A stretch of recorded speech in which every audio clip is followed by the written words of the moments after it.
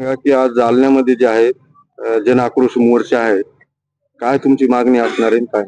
प्रमुख मागणी आहे आमची की आमच्या कुटुंबाला न्याय पाहिजे, समाजाला न्याय पाहिजे आणि जे झालेले चुकीची घटना आहे याचा निषेध करून ही परत घटना घडली नाही पाहिजे ही आमची प्रमुख मागणी आहे. 1 महिना झाला घटना घडून, आणखी अद्याप बरेचसे आरोपी जे आहेत आणखी ताब्यात घेतले नाही किंवा अटक केली नाही. ते का शोधले नाहीत, ते कुठं होते, त्यांना कोणी आसरा दिला, त्यांना कुणाचा अभय आहे, हे तपासातून पुढे येईलच. मागणी फक्त एक असेल की त्या आरोपीला लवकरात लवकर अटक करावी. धनंजय मुंडे म्हणाले की माझा काही संबंध नाहीये, मात्र देखील सुरेश धस आणि हे देखील आक्रमक झालेले की राजीनामा घ्यावा. सुरेश आपल्या धनंजय मुंडे माझा काही संबंध नाही, तुम्हाला काय वाटतं राजीनामा द्यावा की नाही? तपासातून कळेल ना ते संबंध कोणाकोणाचा आहे काय आहे.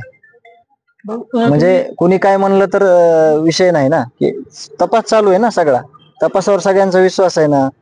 सरकारने सगळा तपास लावलेला आहे, यासाठी स्थापन केलेली आहे, सीआयडी आहे. त्या तपास अधिकारी सगळे सांगणार आहेत ना जनतेला आणि शासनाला पण की कुठपर्यंत तपास आलाय, ह्याच्यात कोण दोषी आहेत आणि आपण दोषीवर कारवाई करा म्हणून अशी मागणी केलेली आहे. त्याच्यामुळे ते सगळं समोर येईल आपल्या. मुख्यमंत्र्यांची भेट घेतली होती, काय सांगलं मुख्यमंत्र्यांना सगळा विधिवृत्तांत सांगितला. हे किती दिवसापासून चाललं होतं, हे कसं घडलं, हे कशामुळं घडलं, ह्याला जर आपण वेळीच बंधन घातलं असतं, वेळीच काही गुन्हे नोंद केले असते तर ही घटना घडली नसती. हे सगळं त्यांना आम्ही पूर्ण माहिती दिली. बीडच्या घटनेवरून सुरेश धस असतील, क्षीरसागर आमदार क्षीरसागर असतील, सगळे आक्रमक झालेले. मात्र जालना जिल्ह्यातील एकही आमदार मात्र या संदर्भात बोलायला तयार नाहीये. मात्र काय वाटतं मला या संदर्भात? याचं कारण मी कसं सांगणार, याचं कारण मी कसं सांगू शकतो की त्यांचं काय मनात आहे त्यांच्या.